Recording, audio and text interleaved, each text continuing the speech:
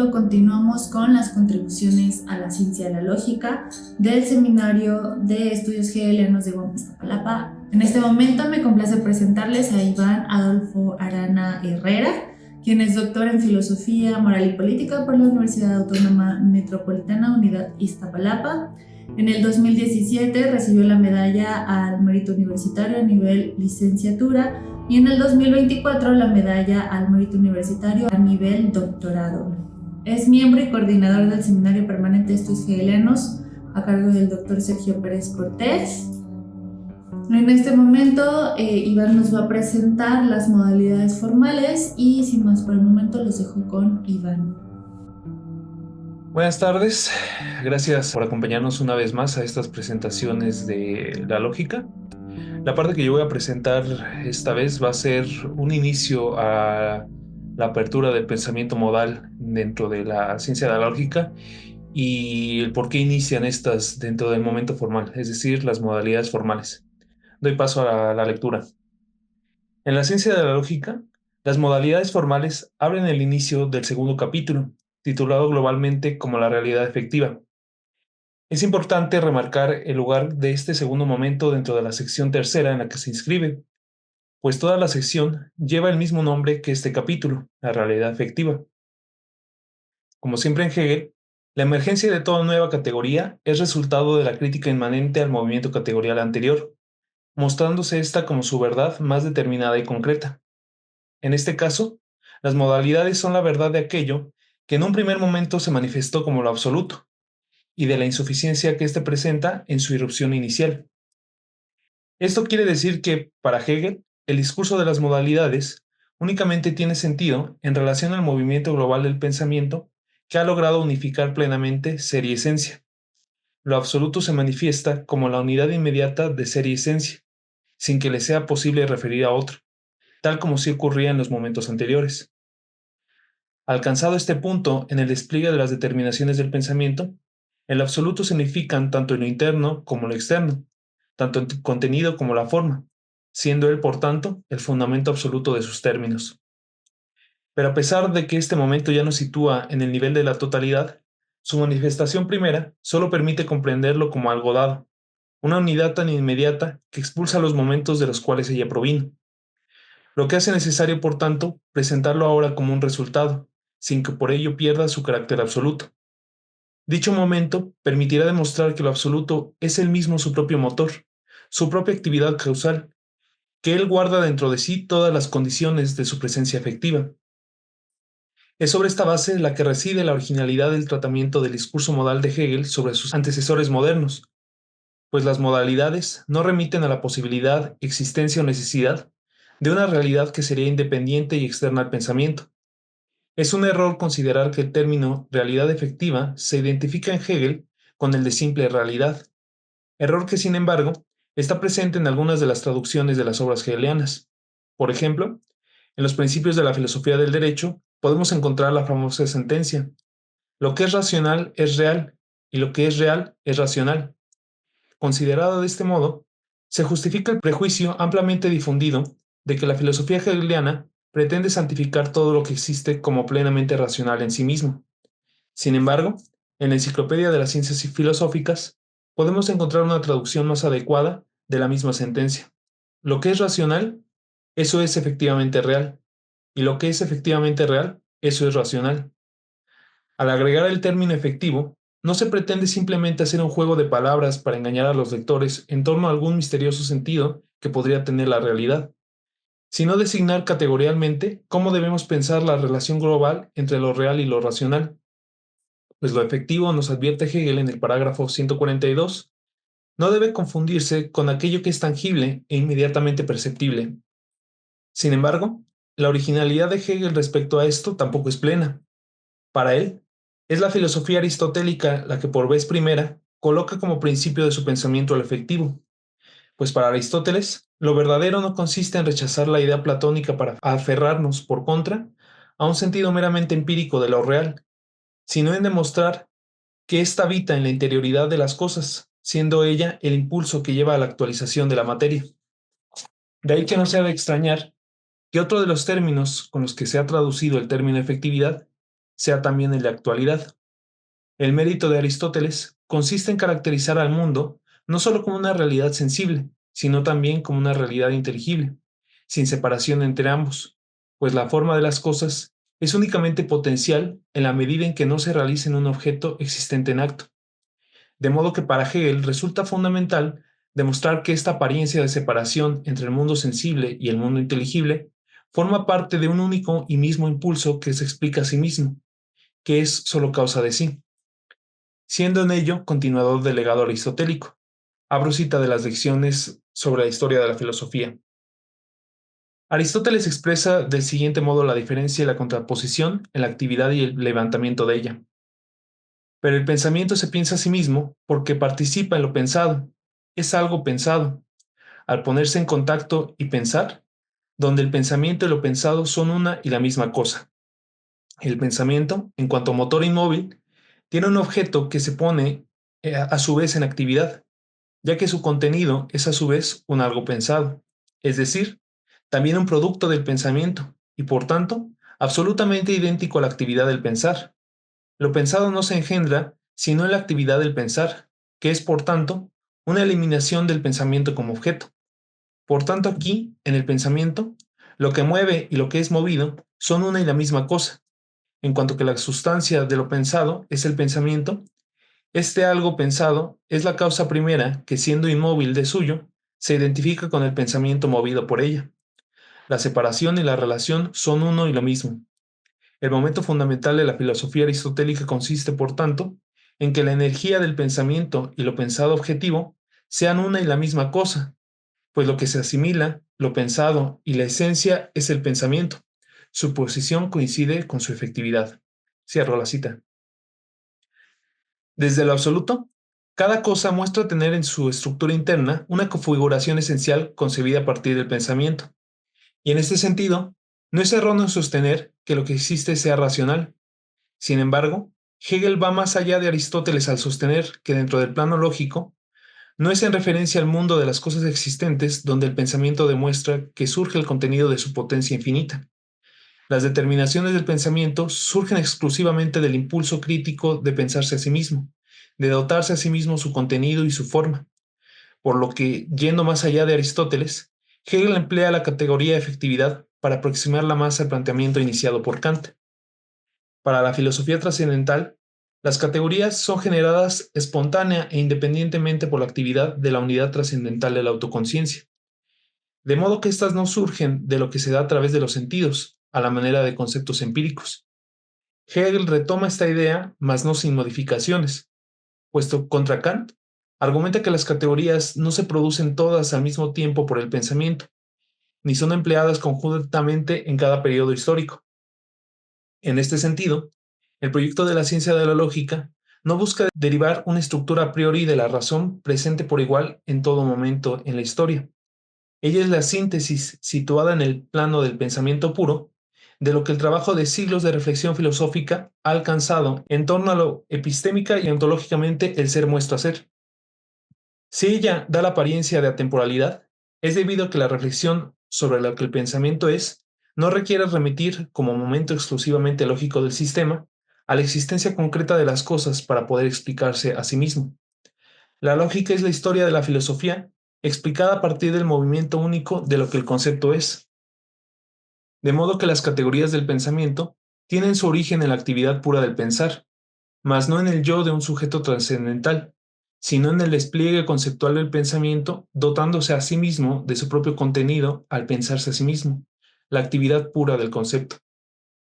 Así, el planteamiento de Hegel pone en duda el presupuesto que acompaña tanto a la metafísica kantiana como prekantiana, rompiendo con él, pues evita pensar las modalidades en el contexto de la separación no justificada de un mundo sensible opuesto al mundo inteligible, porque la referencia a todo mundo sensible ha sido subsumida para manifestarse como pensamiento en sí, es decir, ha sido transformada en parte de lo que el pensamiento es, de modo que las determinaciones de objeto no deben ser consideradas como un dato cuyo ser ahí se encuentre enfrentado a la reflexión externa, sino como producto pleno de dicha reflexión, pues lo absoluto las ha subsumido enteramente en él, sin que guarde espacio a un otro externo a sí mismo.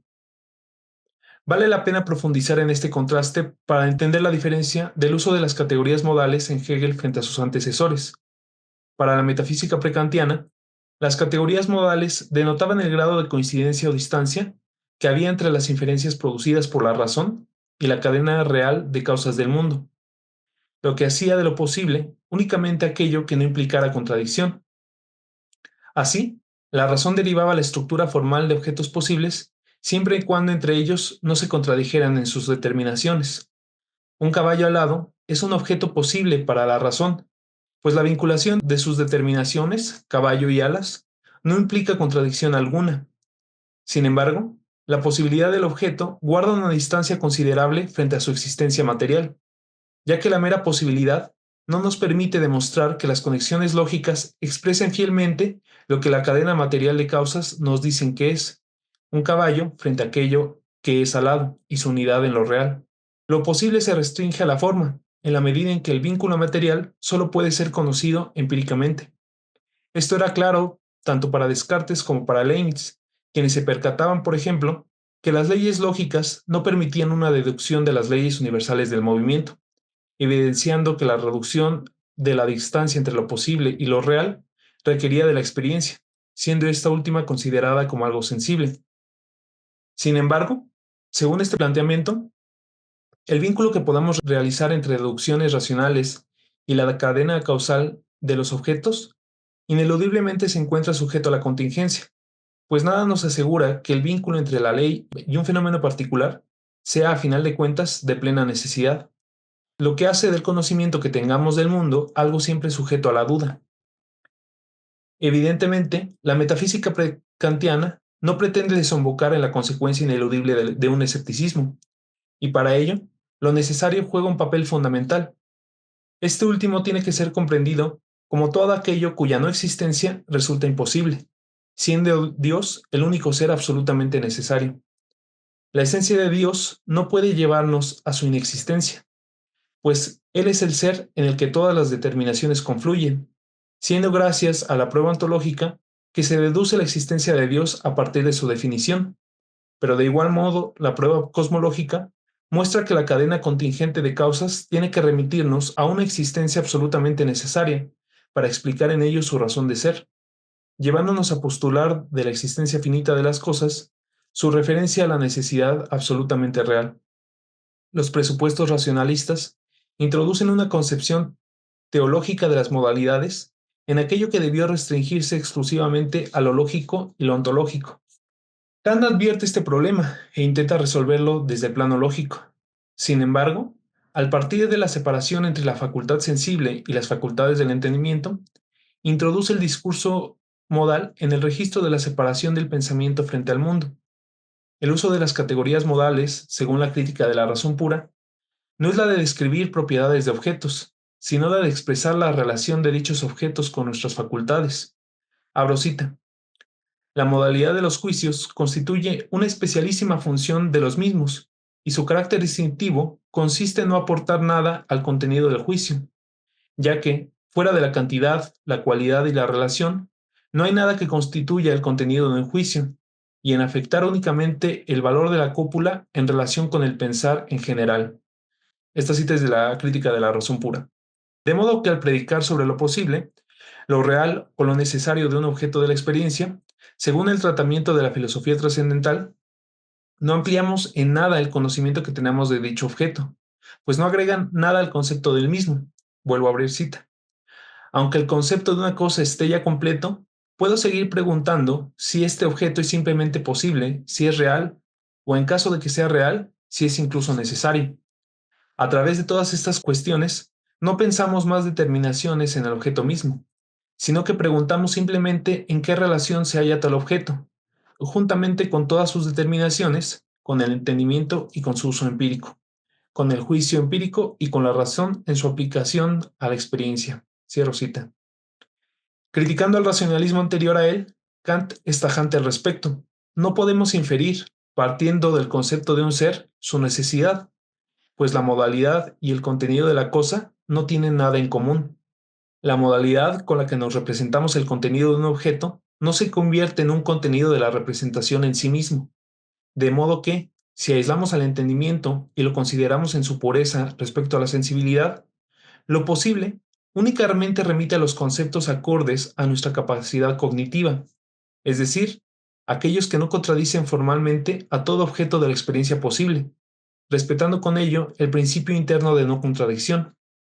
Por su parte, lo real remite a aquellos conceptos que concuerdan ya no solo con la simple forma de la experiencia, sino también acorde con la materia otorgada por la facultad sensible, mientras que lo necesario remite a aquellos conceptos que siguen de otros objetos existentes según los principios fundamentados en la forma de la cognición misma, sintetizándose todos ellos en los postulados del pensamiento empírico en general. Primero, lo que concuerda con las condiciones formales de la experiencia desde el punto de vista de la intuición y de los conceptos es posible. Segundo, lo que se halla en la interdependencia de las condiciones materiales de la experiencia, la sensación, es real. Tercero, aquello cuya interdependencia con lo real se haya determinado según condiciones universales de la experiencia existe como necesario. Esto es Kant. De acuerdo con el tercer postulado, este remite a la necesidad material de la existencia en cuanto que permite sostener que todos los cambios en el mundo están sometidos a una determinada regla necesaria.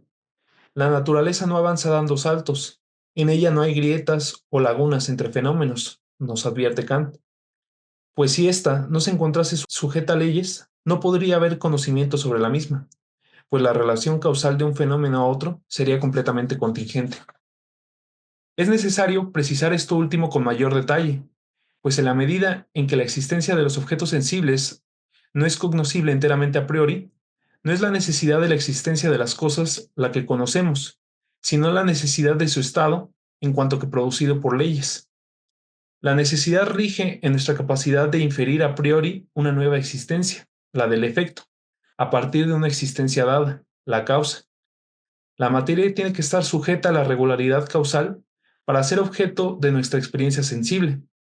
Sin embargo, la necesidad de este principio es regulativo y no de carácter ontológico, pues si bien es necesaria la causalidad para poder dar cuenta de un cierto margen de objetividad en el conocimiento, este último no es absoluto, pues su contenido real, en cuanto referido a fenómenos, siempre remitirá a una causalidad previa para poder ser explicado, conduciéndonos a una regresión infinita de la cadena causal, lo que posteriormente se presentará como una de las antinomias. De este modo, la crítica de la razón pura concluye: todo cuando sucede es hipotéticamente necesario, permitiendo así mantener el nivel explicativo del conocimiento dentro de una necesidad relativa, pues la unidad que la razón exige es un principio regulativo que guía el conocimiento, pero que no garantiza la objetividad absoluta de su contenido, lo que abre un margen de exterioridad irreductible que mantiene abierta la puerta al escepticismo. En el plano del conocimiento, las ideas de la razón son un norte que sirve de guía a los científicos sin que nunca lo alcancen del todo. Ante este panorama, solo una crítica externa puede sostener el que Hegel desearía regresar nostálgicamente a la concepción prekantiana de las modalidades, introduciendo y contrapando a Dios en la reflexión filosófica. Sin embargo, no es partiendo del presupuesto de la necesidad absoluta que se pretende garantizar la objetividad de la razón. Para este punto de la exposición dentro de la lógica, la existencia ha sido subsumida plenamente por la reflexión, y a su vez, la esencia ha irrumpido en la existencia, alcanzado ambas una unidad inmediata que se manifiesta como lo absoluto. Pero ello ha sido resultado de un largo recorrido categorial que no anunciaba con antelación cuál sería su punto de llegada. Al exigirnos partir sin presuposiciones, el inicio de la lógica parte de la caracterización más indeterminada de aquello que el pensamiento muestra ser. Esto es la categoría del ser, entendido en cuanto que ser puro. El pensamiento, únicamente en virtud del pensar, piensa sobre lo que es. Este ser del que partíamos en un inicio no era caracterizable en este momento ni como posible, ni como real, ni como necesario. Simplemente era el ser dado y nada más. Y como puro ser, el pensamiento tampoco presupone ninguna referencia a un contenido sensible o a un despliegue histórico que permitiese comparar su abstracción frente a una presunta riqueza externa, lo que impide desde un inicio que la concepción subjetivista de las modalidades kantianas tenga aquí algún lugar. Es solo a partir del movimiento inmanente de crítica a las determinaciones del pensamiento que, llegado a este punto, alcanzamos un posicionamiento donde se vuelve evidente que éste piensa modalmente, mostrando con ello que todo contenido lógicamente previo o posterior está sujeto a una consideración modal. Solo dentro de este marco conceptual se comprende que en Hegel no es únicamente hacia la existencia a la que remite la reflexión modal, sino al absoluto mismo, alcanzando su culminación con la necesidad absoluta, la cual permitirá concebirlo en su plena efectividad. Para explicar esto último, es necesario tener presente las insuficiencias categoriales ligadas al apartado anterior sobre lo absoluto, que nos han traído hasta aquí, ya que al manifestarse como la identidad de ser y esencia, lo absoluto hunde dentro de sí a todas las determinaciones, expulsando el rastro que tenía de ellas como de sus términos. Él, aisladamente, es su fundamento y abismo, de modo que el punto de partida de lo absoluto resulta, por tanto, negativo, en la medida en que pierde toda relación con otra cosa que no sea el mismo. No es posible atribuirle alguna forma de dualismo o determinación cualesquiera, pues en cuanto que efectivo, es sólo una totalidad. Pero, por otro lado, nos conduce a su fundamento absoluto, por lo que, rememorando a la ética de Spinoza, habría que decir, cuanto más conocemos las cosas singulares, más entendimos a Dios. Alcanzado este punto, nos percatamos que la crítica en sí de cada categoría es un conocimiento del absoluto, siendo en su separación una mera apariencia puesta por éste. Cada categoría de la lógica, pensada aisladamente, es una exhibición del todo que termina por ser desbordada por aquello que necesariamente ha de mostrar. Pero esta necesidad tiene que ser una meta a alcanzar, ya que su inmediatez permanece en la tensión consigo de ser todo el contenido y al mismo tiempo expulsar toda referencia finita del mismo, siendo tales los dos aspectos con los que abre el segundo capítulo referente a la cuestión modal. Abro cita. El absoluto es la unidad de lo interno y lo externo en cuanto a unidad primera, unidad que es en sí. La exhibición aparecía como reflexión externa, que tiene a su lado lo inmediato como encontrado ahí del ente, siendo empero al mismo tiempo el movimiento y referencia mismo del absoluto, y como tal, reconduciendo a éste y determinando como un mero modo y manera. La introducción del discurso modal permite reflexionar la relación del absoluto consigo mismo a través de sus modos, mientras que la primera exhibición del absoluto presentaba el problema de no dar espacio a cualquier forma de reflexión, pues con la identidad absoluta de ser y reflexión, lo absoluto resultaba impenetrable y por ende se presentaba como una manifestación vacía. Su crítica demuestra que su contenido lo comparte con el modo, en la medida en que el movimiento lógico previo, que originalmente apareció ante nosotros como inmediatamente dado, ahora se revela como la exposición del absoluto mismo, de manera que la primera relación efectiva del absoluto consigo mismo es a través de sus modos, pues son ellos su primera expresión. Vuelvo a abrir cita. El modo no es solamente la exterioridad más extrema, sino que, por ser la apariencia en cuanto a apariencia, es entonces el retorno a sí, la reflexión que se disuelve a sí misma, siendo en cuanto tal como lo absoluto es ser absoluto. Esta determinidad, por serlo, pertenece al movimiento reflexionante. Solo a ella se debe que lo absoluto esté determinado como lo primero idéntico. Igual que solo a ella le debe tanto la forma absoluta como el ser aquello que se pone como igual a sí mismo, en vez de ser aquello que meramente es igual a sí.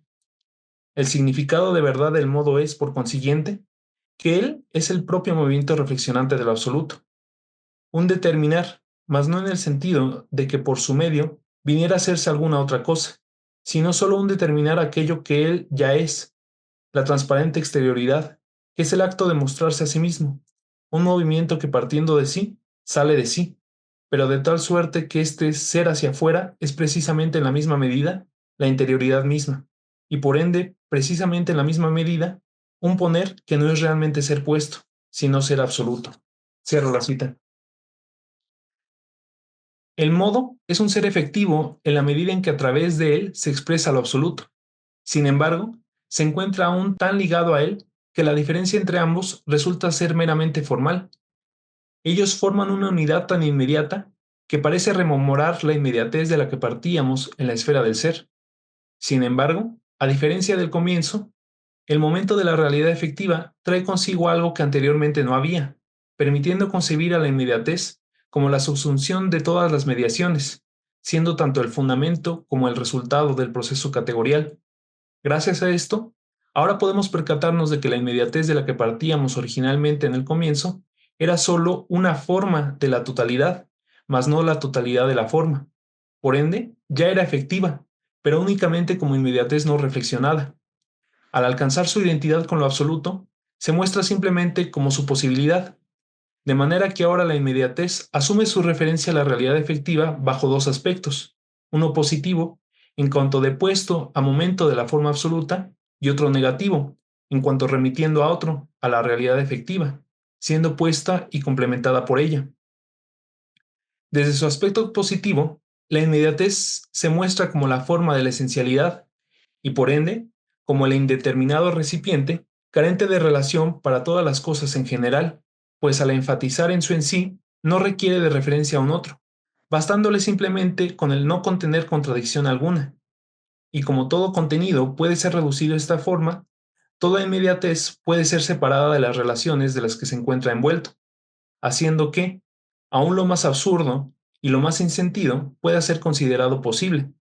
Es posible que esta tarde la luna caiga sobre la Tierra, porque la luna es un cuerpo separado de la Tierra y por esta razón puede caer hacia abajo lo mismo que una piedra que ha sido lanzada al aire.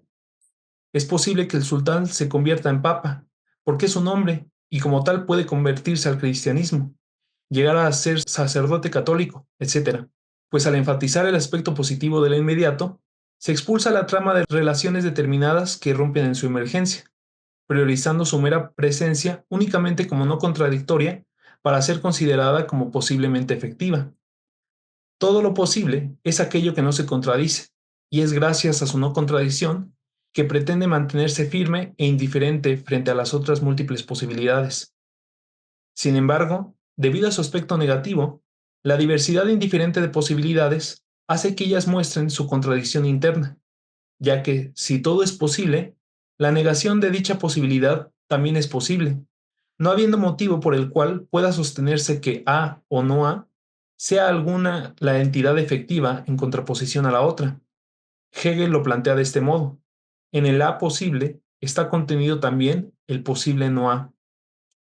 De manera que es posible pensar que lo real, que es posible, bien podría no ser, no habiendo prioridad entre su ser y no ser para designar a una frente a la otra como la posibilidad real.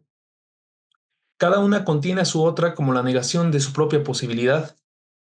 Todo es, precisamente en la misma medida, un ser contradictorio y por consiguiente imposible. Entendida en el contexto de la lógica, esta afirmación significa que cada determinación finita del pensamiento, cada modo del absoluto, es autocontradictorio cuando se intenta pensar aisladamente, es decir, sin concebir su vinculación con el sistema completo del pensamiento, pues toda determinación del pensamiento está constituida en relación a su negación, la cual es otra determinación igualmente finita, movimiento que hemos presenciado en el recorrido de la doctrina de la esencia y la doctrina del ser, hasta arribar a la manifestación de lo absoluto. Esta contradicción de la posibilidad formal permite avanzar a otro momento, en la medida en que evidencia que lo posible no es más que un momento de la totalidad, sin ser la totalidad realmente efectiva. Al asumir la contradicción que la posibilidad es, ya no es posible mantener el aislamiento de lo positivo del que partíamos en un primer momento. Ahora, una posibilidad remite a otra como parte de su propia constitución, demostrando que no pueden concebirse de forma aislada. Si alguna pretende ser efectiva, es debido a que debe su razón de ser a otra efectividad posible. La unidad de lo efectivo y lo posible trae consigo así la emergencia de la contingencia formal, puesto que lo contingente bien podría no existir. Su realidad no se explica por él mismo, sino por otra cosa que lo ha traído a la existencia. De modo que si la posibilidad se actualiza es porque tiene un fundamento.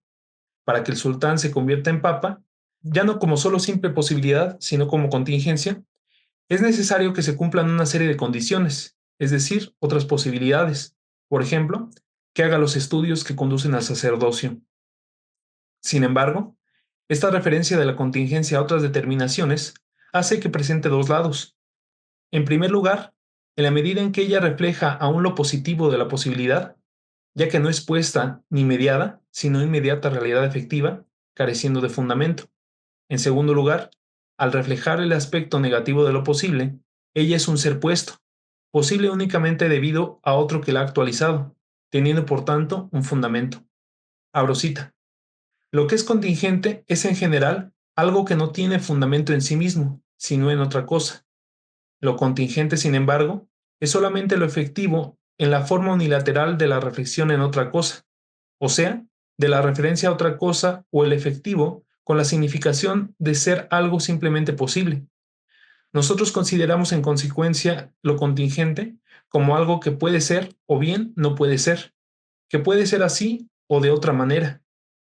Y el ser o no ser, el ser así o de otra manera, no está fundado en sí mismo, sino en otra cosa. Cierro cita. Lo contingente se muestra como la absoluta inquietud del devenir de estas dos determinaciones, pues si bien se ha actualizado, dicha actualización se debe también a otro, y no solo a ella misma.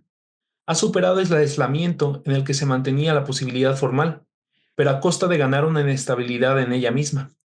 La contingencia formal es, en primer lugar, un ser ahí, una existencia, y de un modo general un inmediato, y en segundo lugar, la determinación propia de este inmediato de ser suprimido y de servir a la realización efectiva de otro inmediato. Los dos lados de la contingencia se vuelcan uno en el otro de manera inmediata, coincidiendo el uno con el otro. El ser contingente está en perpetuo movimiento, pues entre él y sus condiciones hay una plena correspondencia, las cuales, sin embargo, son igualmente contingentes. La consecuencia de ello reside en que la diferencia entre el contingente y sus condiciones resulta indiferente, pues todo lo que es pudo ser de otra manera, dando igual la forma que adopten tanto él y sus condiciones. A pesar de su plena inestabilidad, ella alcanza un contenido nuevo, pues al manifestarse tanto en el movimiento global como en sus momentos, ella se vuelve indiferente a la diferencia, siendo simplemente inmediata respecto a estos. La contingencia torna así en necesidad formal, en la medida en que, aun en la perpetua inquietud, ella mantiene su contenido efectivo.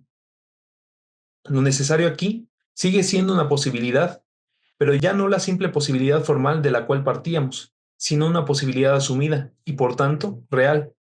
Ello inicia así un segundo momento del discurso sobre las categorías modales, a saber, la modalidad real o real realidad efectiva. Ya no puede retornar a lo meramente formal, pues al mostrarse como una unidad simple de ellas, resulta indiferente a ellas. La necesidad formal es, a su vez, una posibilidad real, un ser en sí pleno de contenido.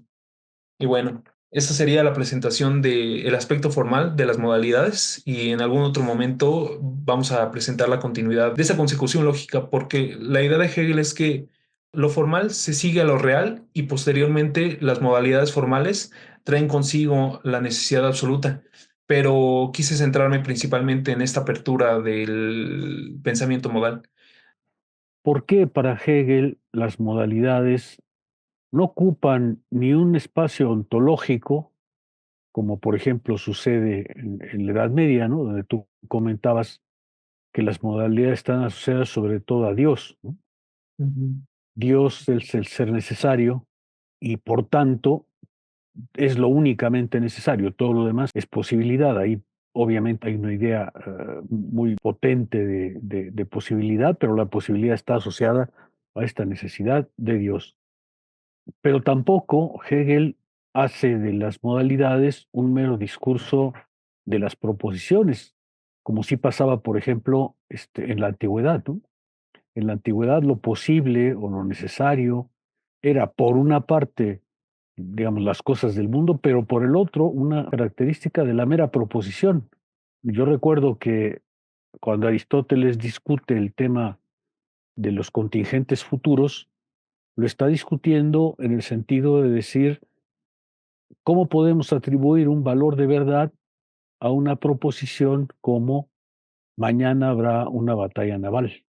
ujú, Entonces dice Aristóteles, a esa proposición no le podemos atribuir ni verdad ni falsedad porque se refiere a un contingente futuro. Y si le atribuimos cualquier valor de verdad, pues entonces, si decimos que es verdadera, estamos diciendo está en el destino que mañana habrá una batalla naval. Y si la declaramos falsa, está en el destino que mañana no habrá una batalla naval. Entonces, Hegel no está colocando el discurso de las modalidades ni en la mera proposición ni en la mera ontología. La coloca en otro lugar justo porque el proyecto de Hegel es diferente. A mí me gustaría que abundara sobre esto. Claro. Sí, de hecho, como usted lo expone, son dos momentos que se pueden atribuir la crítica. Por una parte, en relación a esta cuestión que estaban tratando de responder tanto los racionalistas como Kant, de entender qué relación tiene el pensamiento con lo ontológico, ¿no? Que Hegel en realidad ya no se sitúa dentro de ese aspecto, porque cuando nosotros proponemos que lo posible, la existencia y lo necesario son determinaciones que el pensamiento posteriormente trata de encontrar sobre la existencia empírica, sobre lo concreto, realmente partimos ya de la separación y por ende estamos presuponiendo que hay objetos ya dados de suyo sobre los cuales el pensamiento tiene que decidir en torno a ese contenido o esa forma que les trata de atribuir, qué relación tienen, qué vínculo va a haber. Y por eso se introducen en todo este problema de meter a Dios como un ser necesario que permite el vínculo entre el pensamiento y ser como la unidad última. De ahí que les comentaba en el texto, o sea, el racionalismo presupone a partir de las modalidades y desemboca en una teología para unir la relación del ontológico con la cuestión del pensamiento. Hegel ya no se va a situar ahí, ya no tiene ese problema porque realmente la lógica nunca parte de esa separación. Incluso desde el momento en que abrimos con el ser puro, no hay una diferencia con un ser concreto, un ser real, una determinación de un pensamiento externo. Realmente, si tenemos que pensar cada categoría en sí, eso va a venir después. O sea, vamos a poner en pausa por un momento todos nuestros presupuestos y ver que la reconstrucción lógica, si efectivamente hay tal separación, vamos a llegar a ella. Pero primero tenemos que demostrar lo que el pensamiento es para que justo no caigamos en deformaciones ideológicas, en presupuestos acríticos que, como en el racionalismo, como en el kantismo, se abren, que es esta idea de sostener que la modalidad se sitúa posteriormente frente a un terreno ontológico. Hegel ya en el momento en el que lo modal abre con lo absoluto, ya no es necesario meterse a dialogar con estas posiciones, porque lo que él sostendría es que son un planteamiento equivocado, están planteadas de manera equivocada y por ende, puestas de esa forma, no tienen manera de cómo responderse. Realmente lo que no se han dado cuenta los discursos anteriores de la modalidad es que los presupuestos están condicionándolos para arribar a una mala concepción de los pensamientos. Sin embargo, esta parte que usted comenta sobre lo de Aristóteles me parece muy interesante y no lo había pensado hasta que lo planteo, sobre todo con los contingentes futuros. Es decir, ¿va a haber una batalla naval a futuro, sí o no? Aquí la cuestión es que la solución que Aristóteles está tratando de proponer es todavía dentro del terreno temporal, dentro del terreno de lo concreto de lo existente. La respuesta que Hegel daría sería dentro del plano lógico, porque esto sobre todo se ve con mayor énfasis cuando Hegel habla de la existencia. Hegel ahí hay una frase que dice, antes de que la cosa sea, primero están sus condiciones. No recuerdo exactamente la cita, pero antes de que exista, están dadas sus condiciones. O sea, hay una anterioridad del condicionamiento lógico para que puedan darse posteriormente su manifestación en la existencia concreta. Y me parece que así se tiene que pensar la temporalidad, porque sin duda no es cierto que la temporalidad sea el plano de la posibilidad abierta a todos los mundos posibles, a todas las posibilidades en el sentido absoluto, sino que incluso esa temporalidad que podemos pensar hacia futuro está condicionada y podemos dar cuenta de ella de su estructura lógica. De ahí que el pensamiento tenga la posibilidad de poder decidir bajo ciertas condiciones si un evento va a pasar o no. Por ejemplo, en el caso concreto, para ponerlo con un ejemplo muy similar, como Hegel lo pone, el sultán va a ser el siguiente papa, actualmente que se va a elegir un papa, ¿no? Trump va a ser el siguiente papa. Evidentemente, las condiciones del pensamiento niegan dicha posibilidad, porque a pesar de que todavía es un futuro indeterminado, todavía no tenemos conocimiento en torno de quién será el próximo papa. Lo cierto es que tampoco es que el futuro sea la posibilidad abstracta donde todo podría ser.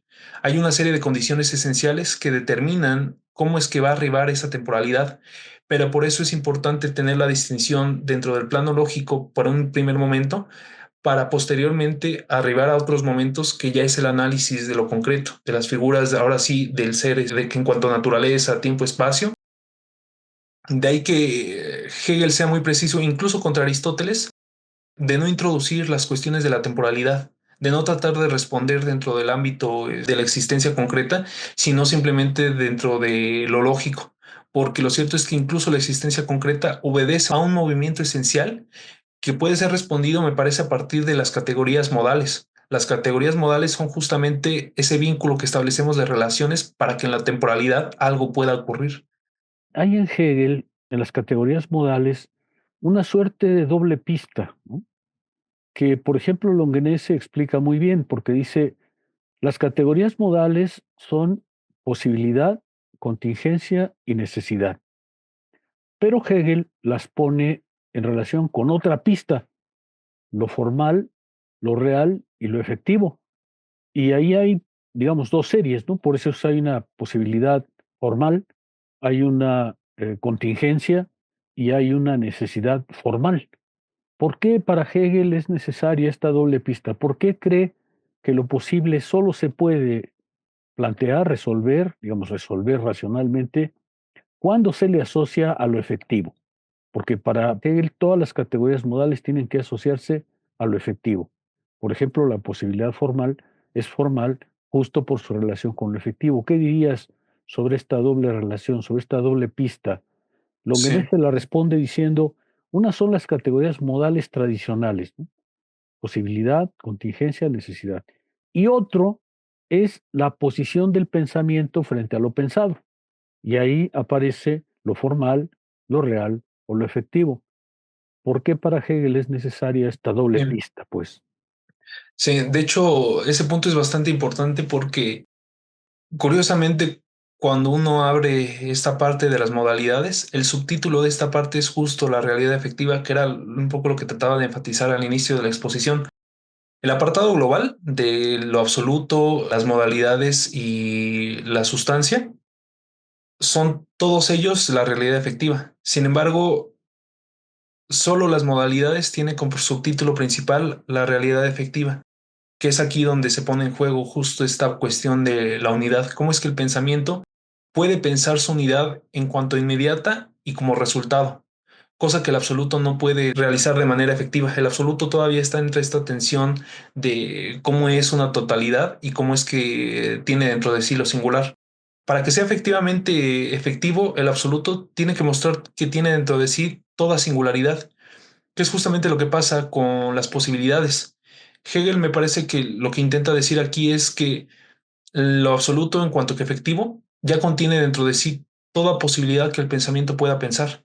De hecho, cuando la conciencia común Hegel advierte en la enciclopedia se distrae en posibilidades, este tipo de cuestiones cuando dice, ah, es posible que el sultán sea papa o es posible que haya una batalla mañana, posibilidades arbitrarias que puede plantear la conciencia común, si las puede plantear es porque ya están dentro del absoluto, es porque el absoluto le permite realmente ese campo de posibilidades abstractas. La cuestión es que en este momento son meramente formales, son meramente indiferentes. Si la conciencia común se mantiene dentro de este nivel, realmente no está avanzando nada, porque va de posibilidad en posibilidad sin generar un verdadero contenido. El vínculo entre una posibilidad formal a otra posibilidad formal no es conocimiento en la medida en que en realidad no es una concatenación necesaria de una categoría con otra. Simplemente está pasando entre posibles. Así como el sultán puede ser papa, también puede ser Trump, también puede ser el personaje histórico que usted le dé la gana. Y en ese sentido, la realidad efectiva se presenta como todas las posibilidades, pero siendo muy pobre porque realmente nada nos dice cuál es la posibilidad efectiva. Lo importante aquí es darnos cuenta que en realidad el peso preponderante lo tiene la efectividad. Ahora, sobre esta doble vía que comenta el doctor, evidentemente esta formalidad de la posibilidad no nos lleva a nada. O sea, el problema es que nosotros llegamos de la posibilidad formal a la contingencia formal a la necesidad formal, justamente a darnos cuenta que este pretendido abstraer de la conciencia de sus condiciones, como no nos está llevando a ningún lado, lo único que podemos darnos cuenta es que ya son necesarias, es decir, ya están efectivamente puestas ahí. Por eso lo necesariamente formal se muestra a su vez como una posibilidad real, como un efectivo cuyas condiciones han de haber estado presentes para que eso se manifieste de la manera en que se está manifestando. Eso va a abrir un segundo punto del diálogo de las modalidades, que es lo que Longuenes comienza a trabajar. Aquí la cuestión ya va a ser qué condiciones concretas permiten que un singular efectivo se manifieste de la manera en que se está manifestando. Porque, por ejemplo, para dar cuenta de mi efectividad concreta, de por qué estoy presentando actualmente una ponencia sobre Hegel y sobre las modalidades, no basta cualquier posibilidad. No basta simplemente de hecho de decir, en los años 1900 y tantos, y simplemente abstraer como si fuera una posibilidad que condicionara mi presencia efectiva. Realmente tengo que introducirme con el contenido efectivo que hace que me presente de manera efectiva y manifiesta aquí. Eso obliga justamente al pensamiento a establecer una separación entre su posibilidad real y las condiciones que va a haber. Todo el problema de lo real va a ser una tensión entre el efectivo que se está manifestando y la serie de condiciones también reales que están jugando para que ese efectivo se presente de la forma en que se está haciendo. Y aquí ya el nivel de la totalidad, en lo real al menos, se va a difuminar un poco. Obviamente estoy siendo muy rápido en la respuesta y habría que verlo con más detalle al momento de trabajar este aspecto, pero la idea de Hegel es que conforme el pensamiento trata de pensar un objeto, va dándose cuenta que en realidad todas las condiciones del absoluto están presentes en él y necesita recorrerlas en su movimiento necesario para dar cuenta de él, que no es simplemente una posibilidad abstracta porque se haya presentado de esa manera, sino que obedecen a un nexo de conexiones que se van concatenando entre él para que justamente se manifieste de la forma en que se está manifestando.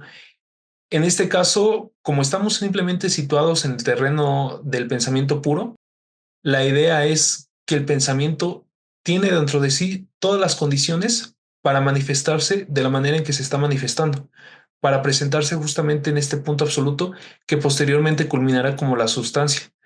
Pero obviamente yo me centré exclusivamente dentro de lo formal, quizás viendo el panorama ya más amplio con la triada de lo real y lo absoluto, quede mucho más claro que en realidad la totalidad es tanto un dato como un inmediato, como un resultado, siendo las dos al mismo tiempo. No te detuviste, Iván, demasiado en la necesidad formal. Y creo que este es un punto importante porque de ahí arranca, digamos, una de las preocupaciones de Hegel en torno a este aspecto formal. La necesidad formal aparece, dice Hegel, porque como están vacíos, tanto lo efectivo como lo posible, pues lo posible pasa a lo efectivo pasa a lo posible, y Ujú. eso es lo que se llama contingencia. Pero la contingencia indica que este pasaje, este devenir entre lo posible y lo efectivo, tiende a confundirlos, y eso es lo que Hegel llama necesidad formal. La necesidad formal, dice Hegel, conlleva un riesgo muy grande para el pensamiento, porque quiere decir que el pensamiento confunde lo posible con lo efectivo y tiende a pensar que lo efectivo, puesto que es efectivo, tiene que ser posible, tiene que tener dentro de sí la posibilidad. Y por tanto, dice Hegel, ese pensamiento perezoso acepta lo efectivo como, bueno, pues esto que está ahí y existía la posibilidad, pues entonces hay que aceptarlo como tal. Y dice Hegel que este es uno de los grandes peligros del formalismo y de la necesidad meramente formal. ¿Qué dirías de eso? Sí, tienes razón. Curiosamente en la enciclopedia, sobre todo en la edición en inglés, la que tiene los agregados más amplios, esta parte Hegel se refiere como la pereza del pensamiento o el estancamiento del pensamiento, porque si bien ha sido pura actividad, en el momento en el que llega la necesidad formal, justamente como es resultado del tránsito de la posibilidad formal, la contingencia formal, que como ya bien mencionaba el doctor, es esta inestabilidad entre un efectivo que está y sus condiciones que lo han puesto, en el sentido de que está fundamentado y a su vez simplemente está presente ahí como no fundamentado. Entre esta inestabilidad, pues está, o sea, se me ha manifestado. A pesar de ser inestable, llega un momento de indiferencia en el que esa contingencia formal irrumpe de un modo u otro aún en su inestabilidad, pero el pensamiento se detiene en cuanto a necesidad formal y lo confunde y dice, pues seguramente eso es lo efectivo. Para ponerlo con un ejemplo menos abstracto, es cuando la conciencia en su conocimiento sobre el mundo o en su actuar sobre el mundo, sabe que este obedece a una razón de ser, pero simplemente lo toma como dato, simplemente lo toma como si fuese ya lo efectivo y lo dado, y ya no va más allá del cuestionamiento a las condiciones efectivas que lo han puesto, porque lo han naturalizado. Y me parece que justo ese es el riesgo del pensamiento formal. O sea, el riesgo del pensamiento formal es que sin duda puedes saber que lo que se presenta, lo que se manifiesta, tiene un fundamento, pero al ya no querer cuestionarlo, se detiene en él y simplemente se presenta justo de ahí el tránsito de la necesidad formal a la posibilidad real. O sea, lo toman como un contenido y detiene todo el proceso del cual veníamos recorriendo. Me parece que ese es un riesgo para el pensamiento en la medida en que es una suerte de naturalización de las condiciones, es una suerte de estabilidad que ya no pretende ir más allá del cuestionamiento. Al menos esa parte es como yo la veo en torno a la dificultad que hay con la necesidad formal. La contingencia es una de las categorías que es más interesante porque ha sido una de las grandes críticas a Hegel, ¿no? Según la lectura que se hace usualmente, Hegel sería el filósofo de lo necesario, el filósofo de la necesidad, y todo estaría plegado a la necesidad, ¿no? En realidad, las lecturas que tú y yo compartimos seguramente insisten en que, por el contrario, en la filosofía de Hegel hay un lugar para la contingencia y para la posibilidad. Después de todo, dice Hegel, la posibilidad no puede desaparecer de lo efectivo. Para que algo sea efectivo, tuvo que ser posible. No Mm. posible en el sentido formal de cualquier cosa era posible, sino lo posible va siendo determinado por el movimiento de lo necesario para ver que entre todos los posibles, y es que se puede pensar así, había algo que era realmente posible, ¿no? Lo que te quiero decir con eso es, ¿cómo explicarías el problema de la contingencia en este momento y el problema de la posibilidad? Y si tanto la contingencia como la posibilidad van a perdurar en el desarrollo posterior, incluso hasta llegar a la necesidad absoluta, ¿no? O de otra manera dicho, ¿es Hegel o no un determinista de lo necesario a ultranza, o por el contrario, él deja lugar a lo posible y a lo contingente? Sí, lo cierto es que en este trabajo sobre la modalidad, pues sí hay una crítica bastante fuerte a aquellos que conciben la necesidad como una totalidad en que no daría espacio a la contingencia. O sea, Hegel se detiene en esta doble vía que ya sostenía el doctor en torno a posible, contingente y necesario, tanto en lo formal, tanto en lo real como en lo absoluto. Y la contingencia siempre tiene un papel en los tres momentos. De hecho, incluso alcanzado en este momento de la necesidad absoluta, la contingencia todavía va a estar ahí, obviamente, pero restringida dentro del absoluto.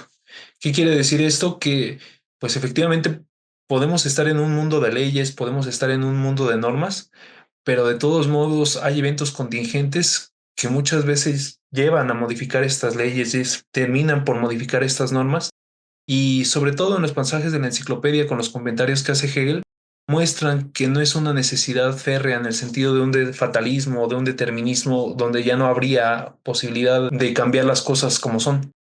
¿Cuál es la cuestión? Que esto se aprecia sobre todo en el desarrollo. O sea, sí es necesario ver qué es lo que Hegel está intentando hacer en este terreno del planteamiento de las modalidades de lo absoluto. Porque la idea de Hegel es que el proceso se pone a sí mismo. O sea, el proceso tiene dentro de sí todas las condiciones para seguirse reproduciendo como pura actividad, pero las formas que toma esta actividad al interior de sí, pues pueden variar. O sea, pueden variar muchas veces por nuestra propia actividad. La idea es que al tomar conciencia del conocimiento de los objetos del mundo, conocimiento de las normas, nos volvemos libres y nos volvemos sujetos activos dentro de ese proceso, pero eso implica un grado de contingencia en la medida en que ese proceso de educación que podamos tener en algunos momentos puede resultar bien y en algunos momentos puede resultar en la decadencia. Entonces, me parece que conforme va avanzando el desarrollo, si bien partimos de la posibilidad formal, La idea es mostrar a la realidad efectiva en cuanto que necesariamente absoluta. Pero eso no va a cancelar en ningún momento los momentos anteriores. Eso no quiere decir que la posibilidad formal no estén ahí para el pensamiento, que en cuanto el pensamiento científico trata de pensar las condiciones de un objeto, muchas veces parte de una cierta separación de un fundamento determinado, y es ese desarrollo justo el que realmente permite el avance del conocimiento. O sea, ahí en ese punto se tiene que ver la cadena completa de los tres momentos de la modalidad para dar una respuesta plena al por qué Hegel no cancela la contingencia. Simplemente, a diferencia, por ejemplo, de Kant, no quiere que tenga un rol predominante. No quiere que tenga un rol donde si la contingencia existe, ya no sería posible pensar el conocimiento del mundo. Hay que pensar la contingencia sin temer que ésta va a desestabilizar la cuestión de la objetividad o va a ya no permitirnos sostener que hay conocimiento en el mundo. A grandes rasgos me parece que sería por donde iría la respuesta de Hegel, doctor. Sí, perdón. Justo ahorita que hablabas como de la realidad efectiva y la relación con las modalidades, como Ujú. para que tengamos un poco más claro el panorama, ¿cuál es la distinción entre la realidad y la realidad efectiva? La Ya, realidad y la virtualidad. sí. Uf, qué pregunta. Es que, Yo sé, ah, porque incluso pues hay toda una categoría respecto a esto, exacto, pero exacto. solamente como para que tengamos un Ujú. panorama un poco más amplio, o sea, Sí, que sea como muy breve, para que también no se vaya como con la idea de que la realidad es la realidad efectiva de lo que nos exacto. estás hablando. Sí, sí entiendo tu punto. Y un poco con la categoría de existencia, por eso mismo me interesaba trabajarla la vez pasada. El doctor le hacía mucho énfasis en cuando presenté. Conforme vas avanzando en la lógica, te vas dando cuenta que Hegel tiene una suerte de gradualidad en cuanto a las categorías del ser. El ser puro, la realidad, la existencia, la realidad efectiva. Todos estos hasta cierto punto son grados del ser en la medida en que el pensamiento, en cuanto que va aprendiendo su objeto, que es el mismo, se va dotando de una mayor efectividad, se va dotando de mayor presencia, pero los primeros momentos resultan ser muy generales. Por ejemplo, el ser inmediato, pues es simplemente ser puro y nada más. O sea, ya no puedes atribuirle algún tipo de medida, algún tipo de cantidad, porque solo se mantiene dentro de su indeterminación. Cosa distinta, como en el caso que tú planteas, con la categoría de la realidad. La categoría de la realidad ya trata de pensar a un algo, pero en su finitud, en cuanto que momento pasajero, en cuanto que remite a un otro y que depende de algo más. Todavía no puede decirse que es su fundamento, todavía no puede decirse que es su esencia, porque obviamente el movimiento nos lo restringe. Hegel, en esta idea de ser yendo categoría por categoría en sí, en su propio despliegue, cuando nosotros hablamos de realidad, todavía no podemos decir que esta está fundamentada, simplemente remite a un otro algo, remite a un otro más, y su finitud expresa justamente un momento mucho mayor que ella misma. Ya hasta cierto punto se empieza a visibilizar este momento de la efectividad, pero no alcanza a ser plenamente reflexivo al retornar en sí, al necesariamente tener a esta finitud como parte constituyente también de esa misma infinitud a la cual está refiriendo. Cosa que con la existencia, por ejemplo, Hegel ya sostiene que la existencia es la primera manifestación de la esencia, pero en el ser. Por eso mismo es ya un ser reflexivo. Entonces, poco a poco Hegel va reconstruyendo los momentos del ser hasta alcanzar la realidad efectiva. Y curiosamente, ya cuando uno llega todavía al momento de la sustancia, porque era lo que alguna vez comentábamos con otros compañeros, a veces uno se da cuenta que dice, no, pues ya alcanzamos la unidad, ¿no? Ya, ¿qué más puede faltar? Y Hegel todavía sigue sacando determinaciones. Llega uno a la sustancia y Hegel sostiene que en realidad el momento de la necesidad que presenta la sustancia es la necesidad ciega, todavía no es la libertad. Y uno diga, bueno, pues ya la sustancia, ya la expresión de todo, ya no hay separaciones, ya es el ser efectivo, ya no debería haber nada, ninguna referencia a algo más. ¿Por qué es importante todavía estas insuficiencias en el desarrollo? Porque una vez que alcanzamos el nivel del concepto, es el concepto el que se muestra como el fundamento de lo anterior. Es el concepto el que en realidad dice, y es mi propio movimiento conceptual el que logra distinguir entre el ser y la esencia. Es el concepto el que logra distinguir entre una realidad hasta cierto punto ajena al concepto, cosa que estaría un poco mal dicha, pero ajena al concepto, y la reconstrucción esencial y reflexiva que yo estoy haciendo. Que todo eso que vine haciendo desde un primer momento realmente nunca fue un desarrollo conceptual o fuera de una realidad empírica concreta, sino que ya estaba todo subsumido por el momento conceptual. Pero la idea de Hegel es justo ir paso a paso, o sea, ir paso a paso. Son diferencias muy sutiles, porque, por ejemplo, me quedé pensando mucho en lo que me preguntaban sobre la diferencia entre existencia y fenómeno. Ya incluso para que Hegel las presente como dos momentos diferentes, es porque categorialmente ya implican cosas distintas. La existencia le da mucho mayor presencia a el ser inmediato, es decir, como si fuera aislado, mientras que el fenómeno le da mucha mayor presencia a las relaciones.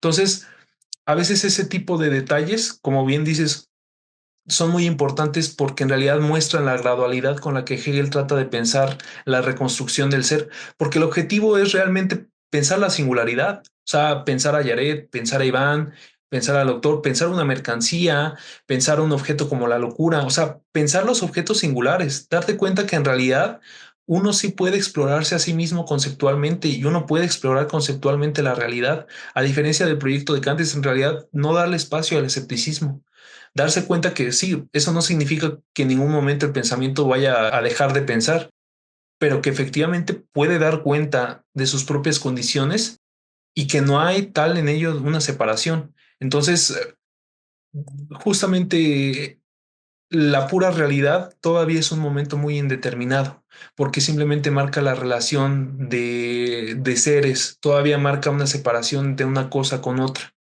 Agradecemos enormemente la presencia de las personas que nos acompañaron del seminario y a todos ustedes que nos están siguiendo y escuchando en cada una de las conferencias.